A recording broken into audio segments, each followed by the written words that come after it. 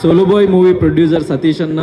So చాలామంది అదే మీకు చెప్పినట్టు విజయం అంచుల దాకా వచ్చి అరే పోయింది కదా అని చాలామంది కమెంట్స్ పెడుతున్నారు.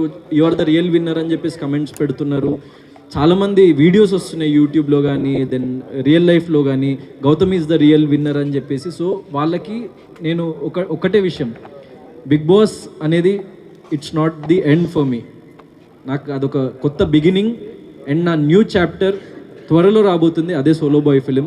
మూవీ కంప్లీట్ అయిపోయింది. సో మూవీ చాలా అద్భుతంగా వచ్చింది. ఇట్స్ లైక్ ఒక కామన్ మ్యాన్ లైఫ్ స్టోరీ. అంటే ఇప్పుడు నా లైఫ్లో నేను బిగ్ బాస్లో పడ్డ ఒడిదుడుకులు మీరు చూస్తుంటే సో అది ఒక రియల్ స్టోరీ లాగా అనిపిస్తుంది అనమాట. ఎందుకంటే నన్ను నేను చూసుకుంటే యాక్చువల్లీ ఆ స్టోరీకి దానికి ఒక ఏదో తెలియని లింక్ ఉంది. సో ఒక కామన్ మ్యాన్ ఎట్లా ఎన్ని ఒడిదుడుకులు అనుభవించి లైఫ్లో ముందుకు వెళ్ళిండు అన్నదే ఆ స్టోరీ.